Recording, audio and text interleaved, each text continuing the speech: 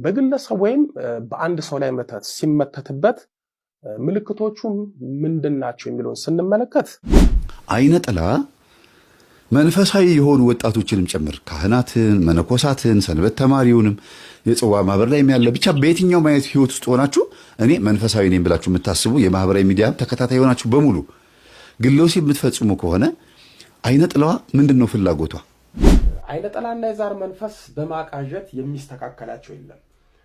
በአሁን ጊዜ ሳይቃዥ የሰላም እንቅልፍ የሚተኛ ሰው በእውነት የታደለ ሰው ነው። በቁም እንቃዣለን፣ ተኝተን እንቃዣለን። ቅዠት የበጎ ህልምና የራእይ ተቃራኒ ነው። ቅዠት የምንለው የሚያባንን፣ የሚያስደነግጥ፣ የሚያስፈራ ህልም ነው። አንድ ሰው ሲቃዥ በተኛበት በህልሙ ይደክመዋል፣ ይልፈሰፈሳል። ከመቃዠቱም የተነሳ ቤተሰቡም እስከ መደናገጥ ይደርሳል። አይነ ጥላና የዛር መንፈስ ያለበት ሰው አስፈሪና አስደንጋጭ ቅዠቶችን ያያል። በተለይ የሚያስፈራ አውሬ ሲያባርረው፣ ለምሳሌ በሬ፣ ውሻ፣ እባብ፣ ዘንዶ፣ ጅብ የሚያውቀውና የማያውቀው ሰው ሲያሯሩጠው ያያል። ይህ አንዱ የመንፈሱ ጠባይ ነው። እነዚህ ምልክቶች በተለይ ጸሎት ርግፍ አድርገን የተውን ሰሙን እናያለን። ይህም አንድም መናፍስቶቹ ወደ ህይወታችን ሲመጡ እግዚአብሔር የሚያሳየን ምልክት ነው። እንደሚታወቀው ሰው የሰባት ጠባያት ውህድ ነው።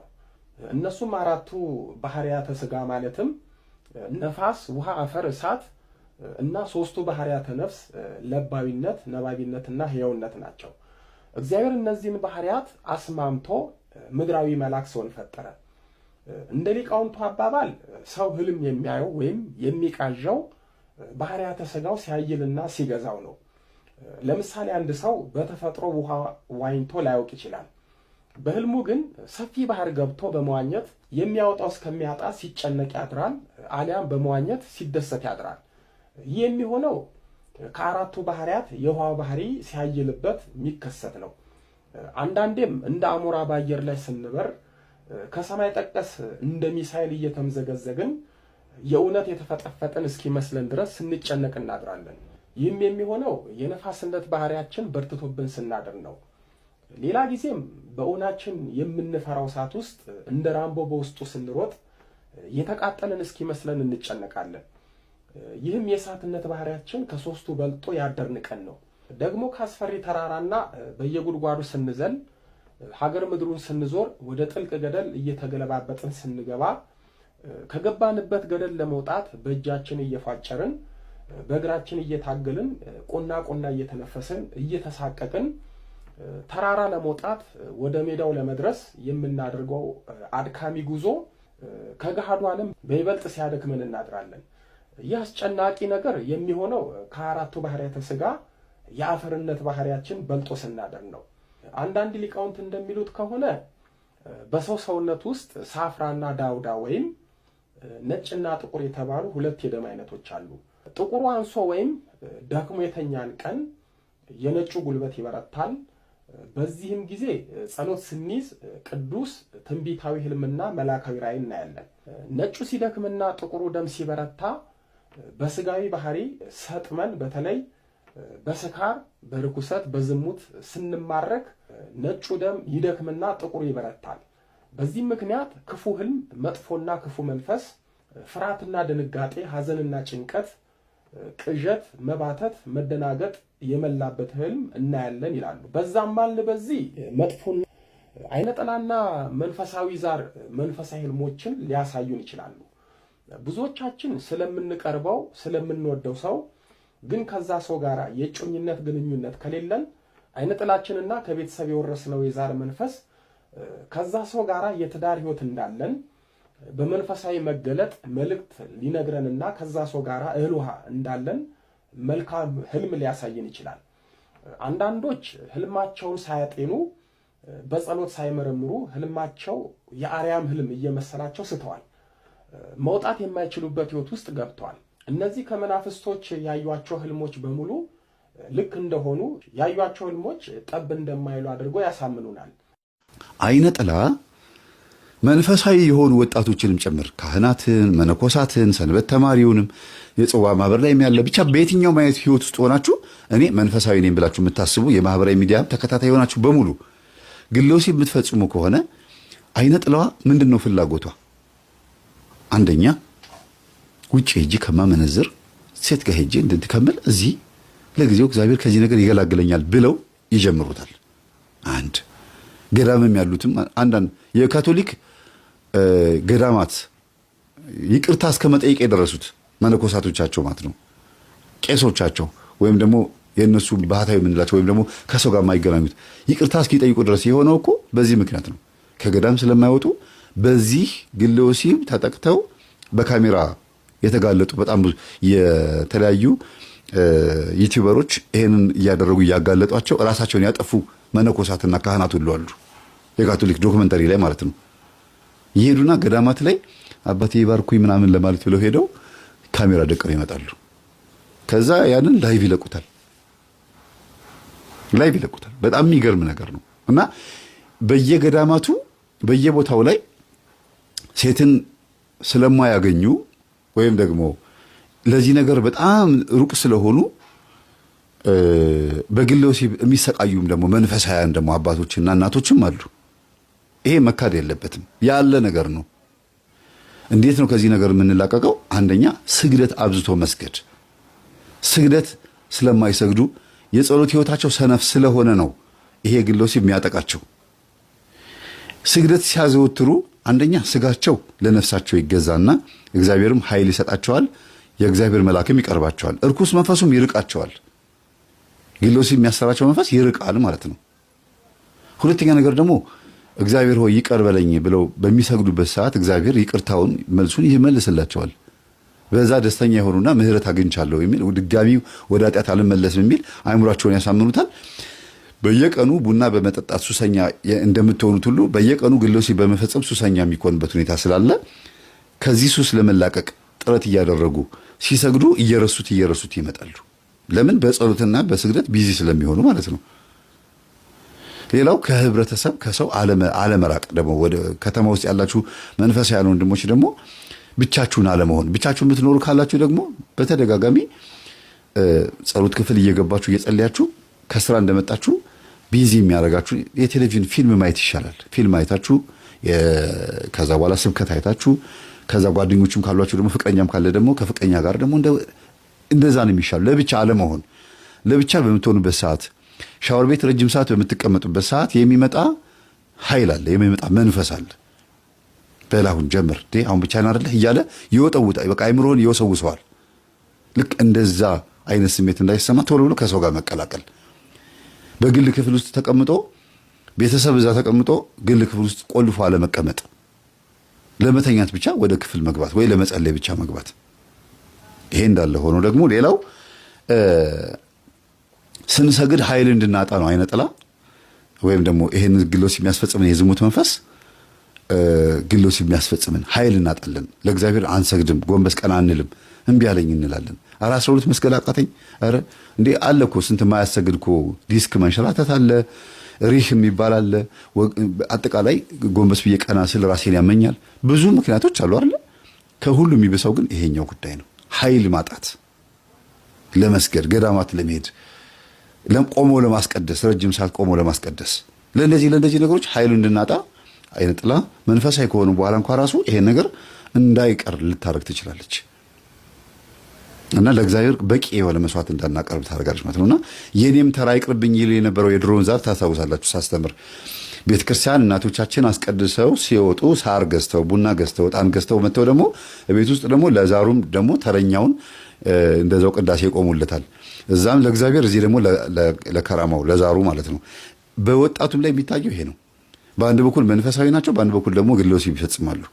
ለምን ሲባል አጅሬው ሁለቱንም ይፈልጋል። ያኛውንም አይቅርበት ዝም ይልሃል። እዚህ ጋር እንደምታረግ ስለሚያውቅ ያኛውን አይነካህም።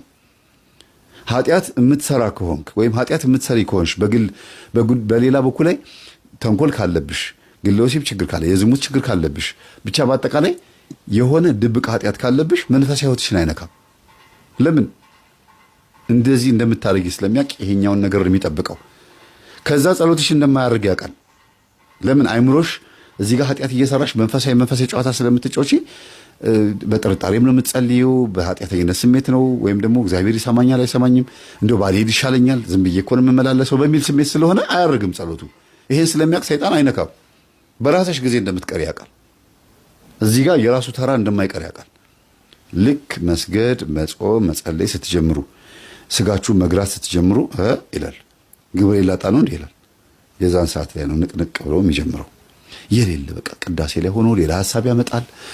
ቤተክርስቲያን ውስጥ ጉባኤ ላይ ሆናችሁ የማይገናኝ ነገር ያመጣባችኋል። አልሰማችሁም? ላይቭ ላይ ማርያምን ስዕል እያየኋት አርሴማን እያየኋት ሌላ ስሜት የሚሰማኛል። በዚህ ልክ አዳልሞቴ የሚሰራው ስራ ይሄ ነው።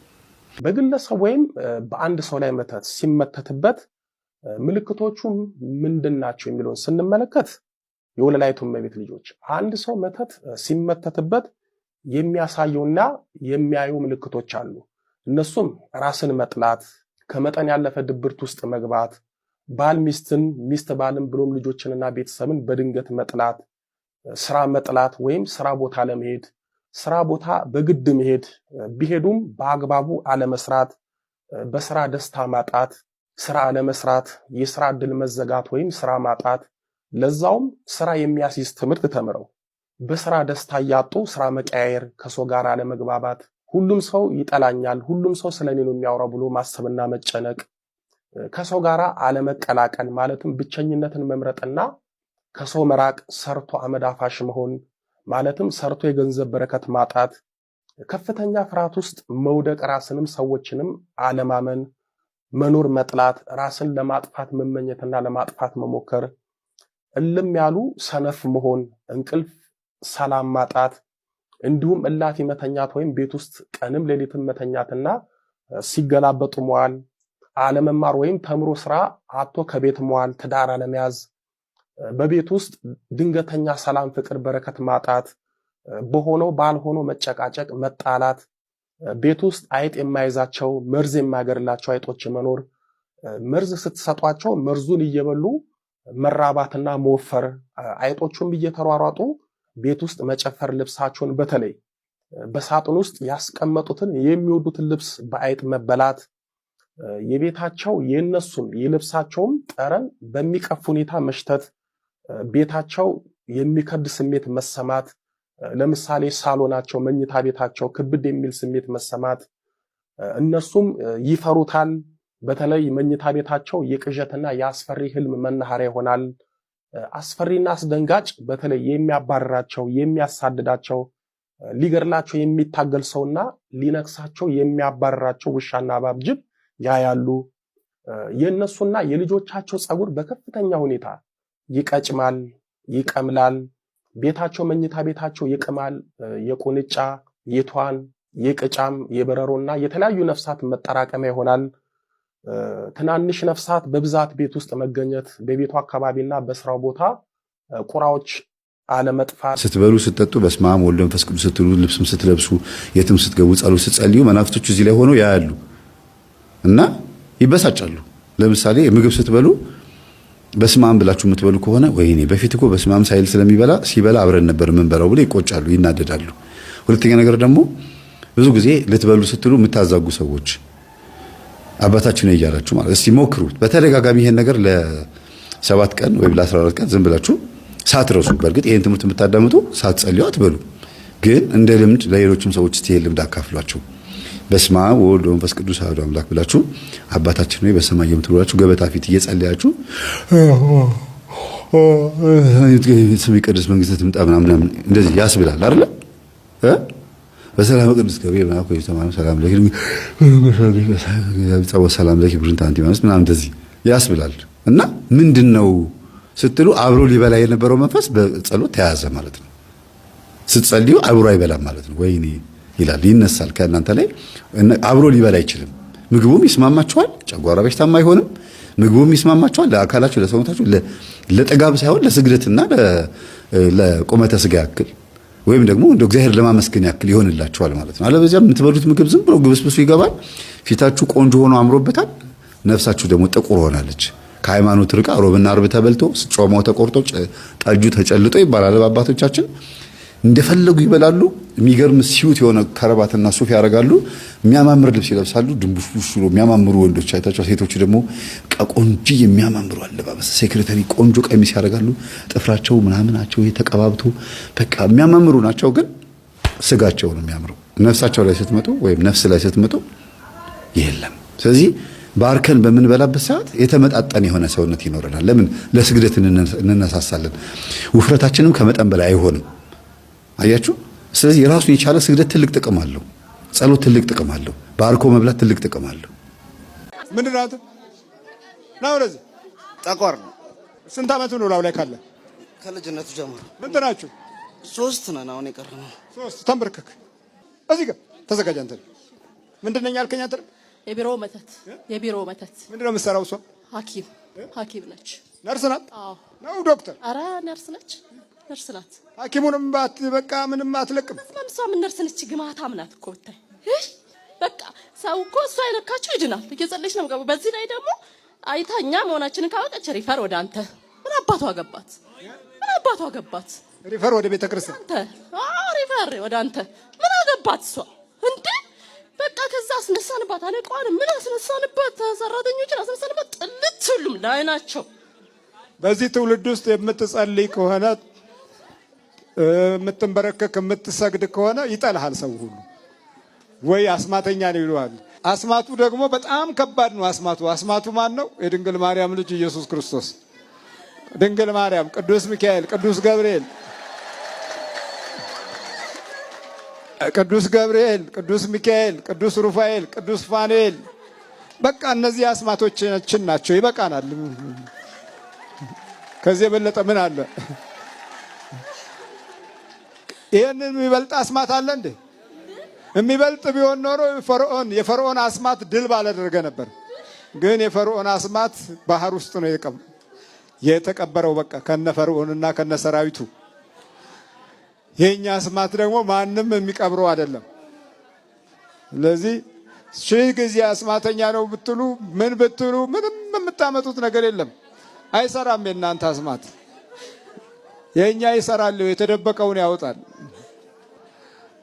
በእግዚአብሔር ሕዝብ ላይ ሟርት አይሰራም ብሏል እኮ በለዓም። አሁን እኮ ከስራ ባረርናት 2 ወር አለቀቀች። ጭራሽ ደስ አላት። እግዚአብሔር ይመስገን።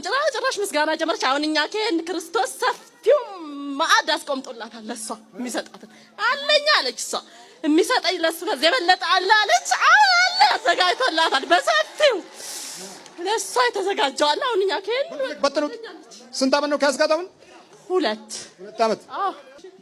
ስንት ናችሁ? 5 ሰይጣን አጋንንት። እሺ። በቅዱስ ሚካኤል ስም፣ በቅዱስ ገብርኤል ስም፣ በኢየሱስ ክርስቶስ ስም፣ በስላሴ ስም ሲኦል እንገባለን። ቶሎ 7 ቀን ነው።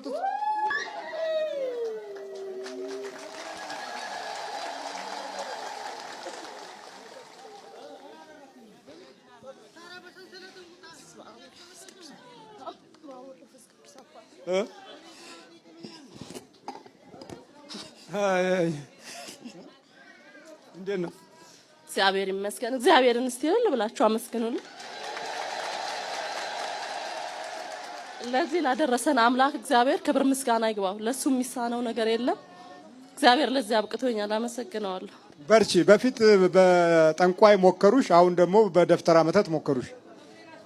አዎ ስራ ቦታ ምንም ሳላረግ ይጠሉኛል፣ ይጠምዱኛል። በቃ ሲያቅተኛውን ብተውላቸውስ ብዬ ተውኩት። ምን ነበር የምትሰሪው? ነርስ ነኝ። ሐኪም ቤት? አዎ የመንግስት ጤና ጣቢያ ነው የምሰራው። ጤና ጣቢያ ውስጥ ነው። እና ደግሞ በሽተኞች ይድኑላታል አለ። እንግዲህ እግዚአብሔር ፍቃድ ስለሆነ ነው እንጂ እኔ ምንም አድርጌ አይደለም። እችለውን ያው ሕክምናውን ትላለው ካቃተኝ ግን ብችል መንፈስ ነው ብዬ ካሰብኩ የሚድኑበት መንገድ ወይ ጸበል እንደሄዱ ወይ ወደ እርሱ ጋር እንደሄዱ አድራሻ ምናምን እየሰጠው መክራቸዋለሁ። ሌላ ምንም አላረግም።